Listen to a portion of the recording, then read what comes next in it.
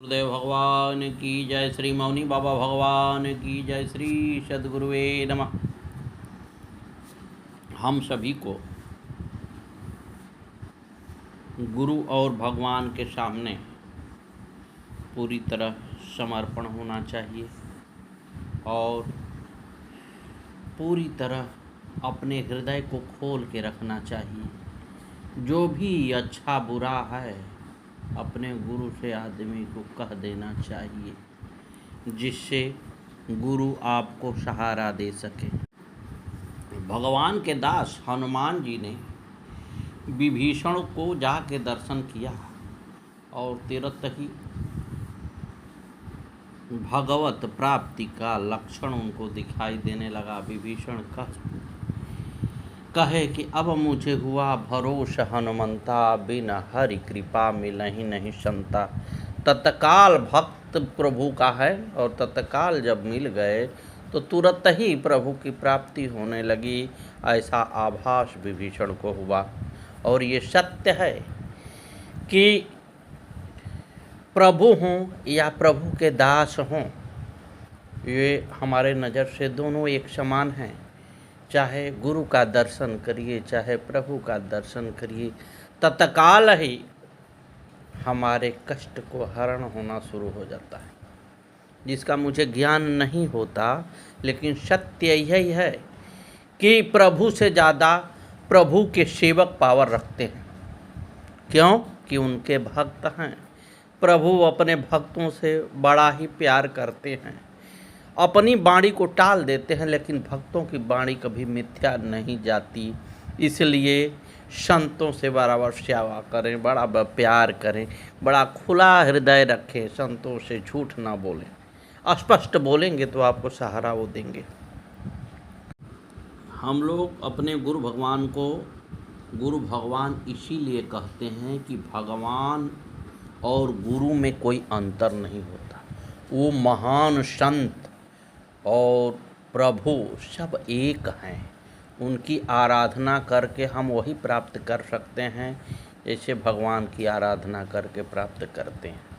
लेकिन किसी के शरण में जब जाया जाता है तो छल कपट नहीं रखना चाहिए। छल कपट मुझे बर्बाद करेगा, कोई लाभ नहीं देगा। इसलिए जैसे ही हम संतों की संगत में जाती हैं ना, मेरी जिह्वा धन्य हो जाती है, धन धर्म सब पवित्र हो जाता है। सभी को चाहिए कि निस्वार्थ भाव से संतों की शरण में जाएं। देखिए, गुरु नाम कीर्तन का कितना बड़ा महत्व होता है, कितना पावर रखता है, इसका उल्लेख हम करते हैं। एक व्यक्ति पोखरे में पानी में डूब के मर गया। वो बुढ़वा प्रेत हो गया। एक बार का वारदात है, एक विद्वान पंडित जी उस रास्ते से आ रहे थे और वो सामने से देख रहे हैं कि बड़े विशाल कुछ चीज़ें आ रही हैं। स्पष्ट दिखाई नहीं दे रहा है, फिर भी वो उनको आभास हो रहा है कि कुछ न कुछ चीज़ है जो बड़ा विशाल है, बड़ा भयावह टाइप का महसूस हो रहा था पंडित जी को। लेकिन पंडित जी भागवत प्रेमी थे, भागवत पढ़ने वाले थे, गुरु के बड़ा ही भक्त व्यक्ति थे पंडित जी। जब उन्होंने देख लिया कि ये जो है टेढ़ा मेढ़ा चाल वाला कोई न कोई दुष्ट आत्मा है, तो उन्होंने कहा कि अरे भाई, तुम प्रेत हो ये मुझे मालूम चल गया है, और ये भी तुमको पता है कि तुम हमको छू नहीं पाओगे। मैं गुरुदेव का भक्त हूँ, मैं भागवत का अध्ययन करता हूँ, इसलिए सत्य ये है कि तुम छू नहीं पाओगे मुझे, न ही तुमको ऐसा मैं करने दूंगा। तत्काल ही वो प्रेत जब ये समझ में आ गया कि नहीं नहीं ये व्यक्ति डर नहीं रहा है, वो प्रेत जो है सामने आता है, पंडित जी महाराज से प्रार्थना करता है कि मैं इस पोखरे का बुढ़वा हूँ, मैं प्रेत हूँ और निश्चित रूप से पानी में रहने के बाद भी मैं पानी नहीं पीता हूँ, नहीं पी पाता हूँ, परमात्मा का ही दंड है, और मैं पूरी तरह से भयंकर परेशान चल रहा हूँ। यहाँ से पब्लिक गुजरती है, रोज़ मैं देखता रहता हूँ, लेकिन कोई मुझे उबार ले ऐसा मैं सोचता हूँ, कोई कुछ नहीं कर पाता। लेकिन आज जो है हम देखे हैं विद्वान ब्राह्मण हैं, तो हमारी यही प्रार्थना है कि आप हमारे कष्टों का हरण करें, इस प्रेत जोनी से मुझे मुक्ति दिला दें, यही आपसे प्रार्थना है।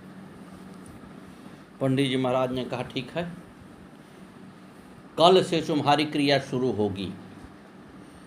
तुमको कल मैं आमंत्रित करता हूँ कि तुम हमारे यहाँ पहुँच जाना, और वहाँ 7 दिन की प्रक्रिया शुरू होगी। भागवत कथा जो है सुनाया जाएगा तुमको। प्रेत दूसरे दिन पहुँच जाता है, इसलिए कि बेचैन है, लाचार है, मारे मारे फिर रहा है, त्राही माम कर रहा है। न उसे भोजन मिल पा रहा है, न पानी मिल पा रहा है, न वो आदमी है, न शैतान है, पूरी तरह से परेशान है वो अपने आप से। परमात्मा की लाठी लग चुकी है उसको, कहीं से और छोर नहीं मिल रहा है। पहुँच गया। पंडित जी महाराज संकल्प किए, भगवान से आह्वान किए कि प्रभु मैं भागवत कथा इसको सुनाने जा रहा हूँ, 7 दिन चलेगा, जिसमें इसको मुक्ति प्रदान करें। सद्गुरुदेव भगवान की जय। उस प्रेत को पंडित जी भागवत कथा सुनाने लगे, और इसके बाद गुरु नाम का संकीर्तन, अपने गुरु का कीर्तन का संकल्प पंडित जी ने किया कि हे गुरुदेव, मैं आपका कीर्तन कहूँगा इस प्रेत को मुक्ति दिलाने के लिए। गुरुदेव की कृपा हुई, 7 दिन के अंदर उस प्रेत का इस पृथ्वी से मुक्ति हो गया। सद्गुरुदेव भगवान की जय। ऐसे प्यारे गुरुदेव होते हैं, ब्रह्म को सबसे पहले रिझा देते हैं जी, लेकिन हम किसको रिझाएं? हम तो मोह माया में परेशान हैं। हम तो प्रभु के सामने, गुरुदेव के सामने तभी जाएंगे जब मुझे परेशानी समझ में आएगी, इससे पहले तो हम जाएंगे नहीं। और कभी भी किसी भी गाइडलाइन का हम प्रयोग नहीं करते, हम उसका सम्मान नहीं करते, जिससे मेरा धन वैभव सब सुरक्षित रहे। इसका परवाह तब हम करते हैं जब अनिष्ट होना शुरू होता है। उसको रोकना कैसे है, कैसे धर्म का आचरण करना है, मुझे पता नहीं है। हाँ, ठोकर लग गई, बाण आके लग गई, अब हमारी अक्ल ठिकाने आ जाती है, पुनः रास्ता तलाशने लगते हैं। लेकिन कभी कभी ऐसा होता है कि परमात्मा इतने नाराज हो जाते हैं, पाप की गठरी इतनी भारी हो जाती है कि प्राणी गुरु के पास जाने के बाद भी शांति नहीं मिल पाती। इसलिए हम सभी भाई से यही कहते हैं कि अपने गुरु को कस के पकड़िए। अगर बड़े संत हैं, बड़े भारी महात्मा हैं,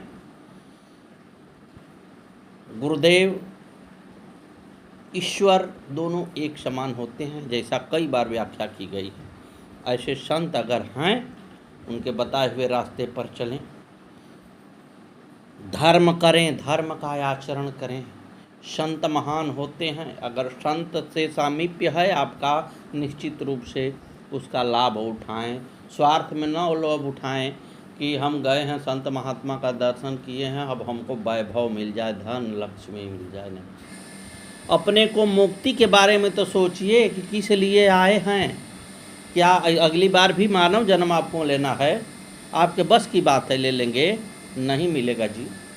जो मिला है बहुत मिला है, इसका उपयोग बेईमानी में न करें, सदुपयोग करें, दुरुपयोग न करें।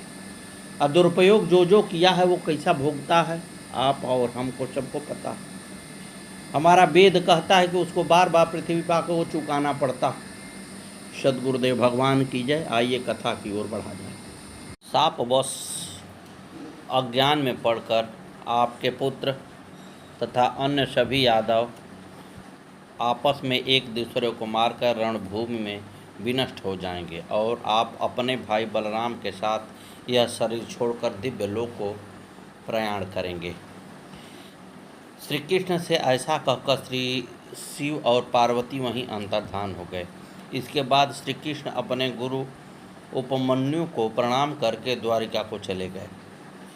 व्यास जी कहने लगे, हे राजन, प्राणियों के पूर्व जन्म के संचित कर्म जैसे होते हैं, पर ब्रह्म स्वरूपिणी माया उसी के अनुसार सदा प्रेरित करती है। उनके मन में किसी के प्रति विषमता का भाव नहीं होता है। वे भगवती चराचर जगत की रचना कर यदि अपनी शक्ति न देती तो जगत जड़ ही रहता। भगवती जीव को कर्मशील बनाने को सदैव प्रेरणा ही देती रहती हैं। अतः ब्रह्मादि देवताओं के भी इस प्रकार मोहित हो जाने पर संदेह नहीं करना चाहिए।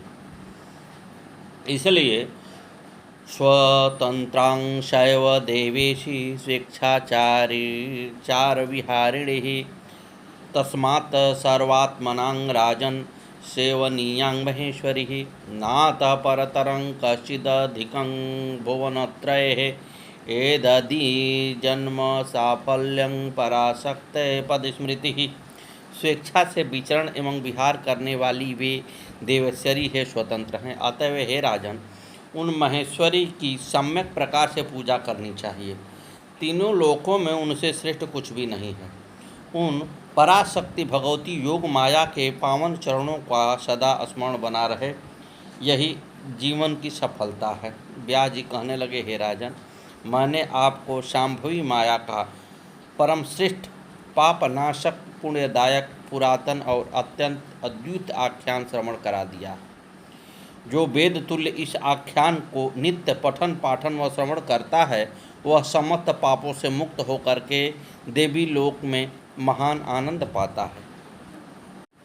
ऋषिगण कहने लगे, हे सूत जी, आपके द्वारा कहे गए श्री कृष्ण के कथानक में हमें संदेह हो रहा है कि विष्णु के अंशावतार श्री कृष्ण के द्वारा भगवान शिव की आराधना करना, पार्वती द्वारा श्री कृष्ण को वरदान देना, ये प्रसंग श्री कृष्ण भगवान की शिव जी की अपेक्षा न्यूनता का भाव दर्शाता है। सूत जी कहने लगे, हे ऋषियों, इसमें जो मैंने व्यास जी से सुना है उसे श्रवण करिए। व्यास जी से श्री कृष्ण भगवान का यह कथानक सुन करके जनमेजय राजा कहने लगे, हे व्यास जी, देवों के देव भगवान श्री कृष्ण ने जो सभी सिद्धियां प्राप्त करने वाले हैं, उन्होंने भगवान शिव को प्रसन्न करने की इतनी कठिन तपस्या किस लिए की थी। व्यास जी कहने लगे, हे राजन, आपने सत्य कहा है। दैत्य दमन भगवान श्री कृष्ण देव दुर्लभ कार्यों को करने में समर्थ थे, फिर भी उन्होंने मनुष्य शरीर धारण करने के कारण मनोवांछित कार्य किए थे, जैसे वृद्धजनों की सेवा, माता पिता की सेवा, देवताओं की पूजा, हर्ष में हर्षित होना, शोक में दुखी होना। ये सभी भाव उनके मन में भी जागृत हुए, क्योंकि गुणमय शरीर में निर्गुणत्व कैसे हो सकता है। इसी कारण श्री कृष्ण को प्रद्युम्न और अनिरुद्ध के हरण की जानकारी न होना साधारण मनुष्य की भांति मानवीय चेष्टा है। तब नारायण के अंश श्री कृष्ण को शाप लगना यही भाव दर्शाता है। सौबली शाप जनुत्ताथा ब्राह्मण शाप जात निधनं यादवानां तु कृष्ण देहस्य मोचनम। सुबल सुता, गंधारी तथा ब्राह्मण अष्टावक्र के शाप जनित दोष के कारण यादवों का विनाश हुआ और भगवान श्री कृष्ण को देह त्याग करना पड़ा। हरणं लुण्डनं तदत्पत्नीनां नराधीप अर्जुनस्यास्त्रमोक्षे च वलीवल्यं तस्करेषु च। हे राजन, उसी प्रकार उनको स्त्रियों का हरण हुआ, उनका धन लूट लिया गया तथा अर्जुन उन लुटेरों पर अपना अस्त्र चलाने में पुरुषार्थहीन हो गए। इस कारण से यदि श्री कृष्ण विष्णु भगवान के अंश हैं तो शिव जी की पूजा आराधना क्यों करेंगे। तदंश भूतां कृष्णाद्यास्तय कथं न स पूज्यते। अकारो भगवान ब्रह्मात् पुकारं स्यादारी स्वयं। मकारो भगवान रुद्रो अदधामात्र महेश्वरी। उत्तरोत्तर भावेनात्युत्तमत्वं स्मृतं बुधः। कृष्ण यदि उन्हीं विष्णु के अंश से अवतीर्ण हैं, तब वे शिव की पूजा क्यों नहीं करेंगे। ओंकार का ओं ब्रह्मा का रूप है और ऊ विष्णु का रूप है, म भगवान शिव का रूप है और अर्धमात चंद्र बिंदु भगवती महेश्वरी रूप हैं। ये उत्तरोत्तर क्रम से एक दूसरे के उत्तम हैं, ऐसा विद्वानों ने कहा है। समस्त शास्त्रों में भगवती को ही सर्वोत्तम माना गया है। हे वे भगवती बिंदु रूप नित्य अर्धमात्र में स्थिर हैं। सृजन कार्य के निमित्त ब्रह्मा जी ने भी शिवोपासना की थी। देवी तत्व की सानिध्यता के कारण ही शिव जी को उत्तमता मानी जाती है। भगवती योग माया के ही प्रभाव से प्रत्येक युग में भगवान विष्णु के विभिन्न अवतार होते रहते हैं। सृजन कार्य के निमित्त ब्रह्मा जी ने भी शिवोपासना की थी। देवी तत्व की सानिध्यता के कारण ही शिव जी की उत्तम मानी जाती है। भगवती योग माया के ही प्रभाव से प्रत्येक युग में भगवान विष्णु के विभिन्न अवतार होते रहते हैं। कुछ लोग कहते हैं कि भगवान विष्णु अपनी इच्छा से माता कौशल्या माता देवकी के गर्भावास में आए हैं।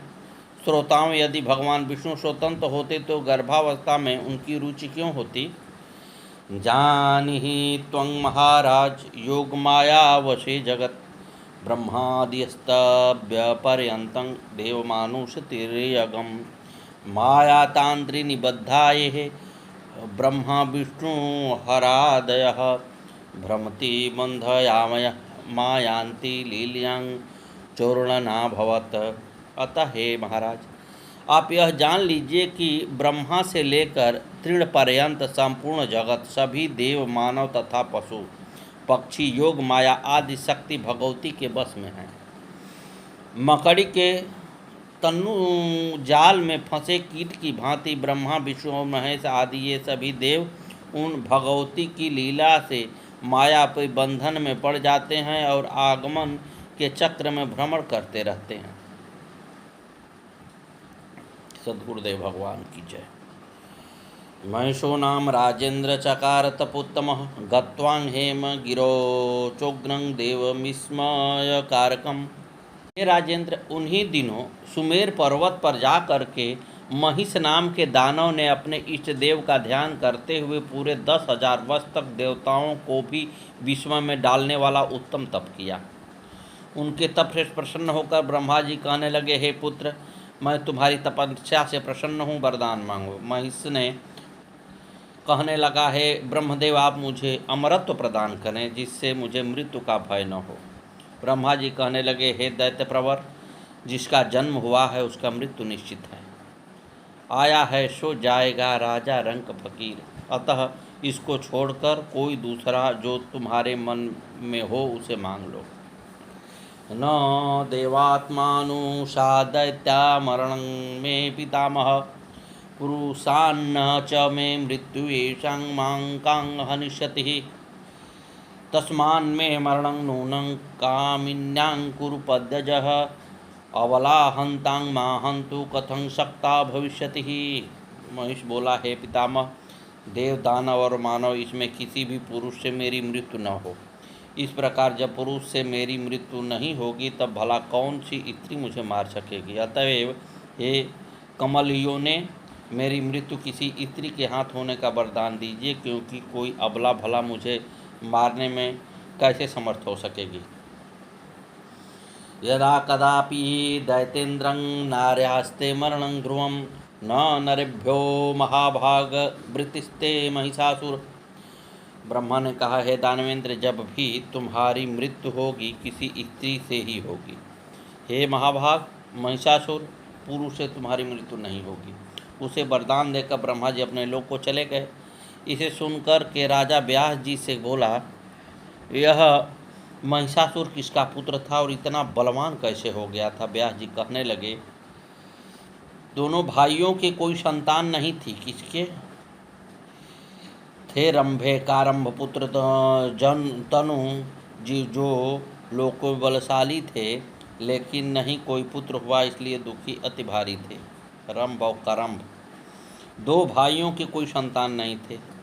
अब वे संतान प्राप्ति की चिंता करने लगे। रंभ दूध वाले वट वृक्ष के नीचे जाकर पंचाग्नि का सेवन करने लगा। करम्भ पवित्र पंचनद के जल में डूबकर अनेक वर्षों तक तप करता रहा। उनको तपस्या करते देख इन चिंता में पड़ गया और एक दिन ग्राह का रूप बनाकर पंचनद के जल में प्रवेश कर करम्भ के पैर पकड़कर उसे मार डाला। जब यह समाचार रंभ को मिला तो तपस्या करते करते ही उसने कुपित होकर बाएं हाथ से अपने केस पकड़कर दाएं हाथ से तलवार पकड़कर अपना सिर काटने को था। उसी समय अग्निदेव बोले, हे दैत्य, आत्महत्या जघन्य अपराध है। मैं तुम्हारी तपस्या से प्रसन्न हूँ, तू कोई वरदान मांग लो। अग्निदेव का वचन सुनकर रंभ कहने लगा, हे देव, मुझे त्रिलोकी को जीतने वाला शत्रु दमन अजय महापराक्रमी पुत्र प्राप्त होने का वरदान देने की कृपा करें। अग्निदेव कहने लगे, हे रंभ, जिस स्त्री के प्रति तुम्हारे मन में काम भाव आ जाएगा उसी से तुमको त्रिलोक जयी पुत्र प्राप्त होगा। एक दिन रंभ घूमता हुआ एक रमणीक स्थल पर पहुंचा। दृष्ट्वां चक्रे तदा भावं महिष्यां दानवोत्तमः मत्तायां रूपपूर्णायां विहायान्यां च योषितं सा समागच्छ तरसां कामयन्ती मुदान्विताः रंभोऽपि गगनं चक्रे भवितव्य प्रणोदितः सा तो भगवती ही जातां महिषां तस्य वीर्यतः। वहाँ एक रूपवती तथा मदमत्त महिषी को देखकर वह दानवेंद्र सेठ किसी अन्य स्त्री को छोड़कर उसी पर आसक्त हो गया। वह महिषी भी उसे प्रसन्नतापूर्वक चाहती हुई तत्काल उसके साथ रमण करने के लिए तैयार हो गई। होनहार से प्रेरित होकर रंभ ने उसके साथ समागम किया और उसके वीर्य से वह महिषी गर्भवती हो गई। तां गृहीत्वाथ पातालं प्रविवेश मनोहरं महिषेभ्यश्चंतां रक्षप्रिया मनुमतां किल। तत्पश्चात उसे अपने साथ लेकर रंभ ने मनोहर पाताल लोक में प्रवेश किया और वहाँ पर महिषों से अपने मनोनुकूल उस प्रियतमा की रक्षा करता हुआ वह सुखपूर्वक रहने लगा। लेकिन एक दिन दूसरे महिषी ने कामासक्त होकर के उस महिषी को दौड़ा लिया। यह देख दानव रंभ ने उसे मारने को कठोर प्रहार किया। दूसरे महिषी ने भी अपने विशाल सिंहों से रंभ पर प्रहार किया, जिससे रंभ घायल हो गया और मृत्यु को प्राप्त हो गया। तदंतर वह भयभीत महिषी वट वृक्ष के नीचे यक्षों के शरण में जा पहुंची। वहां पर यक्षों ने उससे युद्ध किया और अंत में महिषी को यक्षों ने मार दिया। यक्षों ने चिता बनाकर रंभ को उस पर रख दिया। महिषी भी उसी आग में प्रविष्ट हो गई। कुछ देर बाद ही उस अग्नि से एक महाबली महिष प्रकट हो गया और दूसरा शरीर धारण कर वह रंभ भी अग्नि में ही निकल पड़ा। हे राजन, इस प्रकार रक्त बीज और महिषासुर उत्पन्न हुए थे। तर श्रेष्ठ दानवों ने महिषासुर का राज्याभिषेक कर दिया। हे राजन, इस प्रकार मैंने तुमको महिषासुर के जन्म और वरदान का प्रसंग श्रवण करा दिया। मरते समय रंभ महिषी का ध्यान कर रहा था, तभी देववशात अग्नि में से महिषासुर उत्पन्न हुआ था। इसी भाव को गीता में बताया गया है। यं यं वापि अस्मनं भावं त्यजन्ते कलेवरं तं तमेनेति कौन्तेयं सदा तद्भाव भावितः। भगवान श्री कहते हैं, हे अर्जुन, अपने शरीर को त्यागते समय जो जिस भाव का स्मरण करता है वह अगले जन्म में उस भाव को निश्चित रूप से प्राप्त होता है। सद्गुरुदेव भगवान की जय। देखिए, इसलिए हमको सावधान रहना चाहिए। मरते समय प्राणियों को बहुत माया घेरती है। बेटा है, पतोह है, धनवा है, उसी चक्कर में परेशान रहता है और फिर उसी में आ जाता है। मरने के बाद फिर पैदा होगा। कर्मानुसार जैसा होगा, मानो तो मुश्किल है होना, हो सकता है कि कुत्ता बन जाए, अन्य कोई जीव बन के उस परिवार में जाए।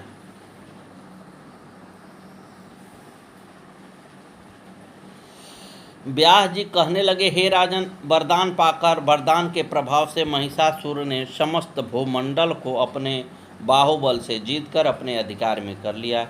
जिसका सेनापति चिक्षुर महापराक्रमी था।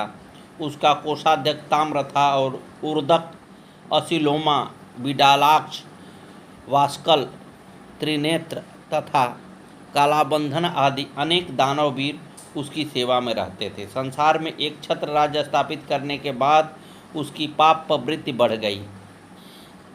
पाठ, पूजा, कथा, कीर्तन, यज्ञों पर उसने प्रतिबंध लगा दिया, जैसे मानस में रावण ने लगाया था। जय विधि होई धर्म निर्मूला, सो सब करई वेदि प्रतिकूला। जहि जहि देश धेनु द्विज पावहीं, नगर गाओ पुरागी लगावहीं। शुभ आचरण कतहु नहीं होई, देव विप्र गुरु मानन कोई।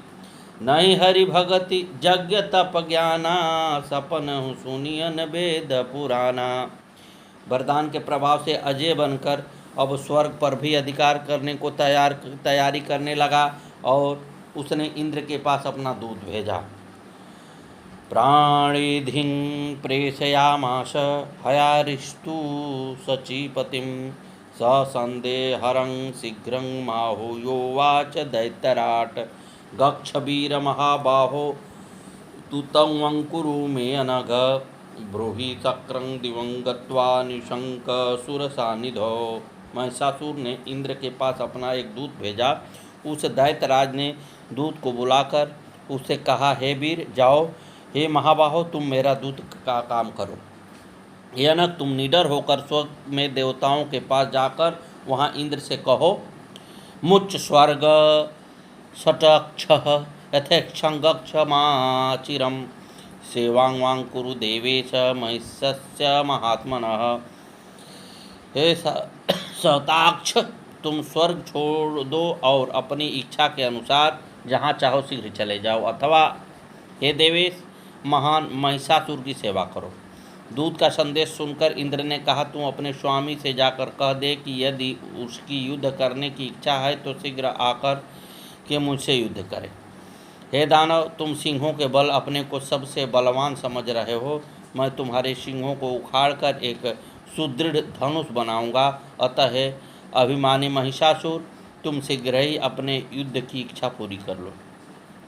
दूत ने महिषासुर के पास जाकर इंद्र द्वारा कही गई सभी बातें बता दी। दूत की बातें सुनकर महिषासुर कहने लगा, हे दानव, इंद्रादि कोई भी देवता मेरे सामने नहीं टिक सकता है। जो भी आएगा मैं उसे मार डालूंगा। विष्णु ने कपट करके हिरण्याक्ष और हिरण्यकश्यप को मारा था। सद्गुरुदेव भगवान की जय। आगे की कथा कल।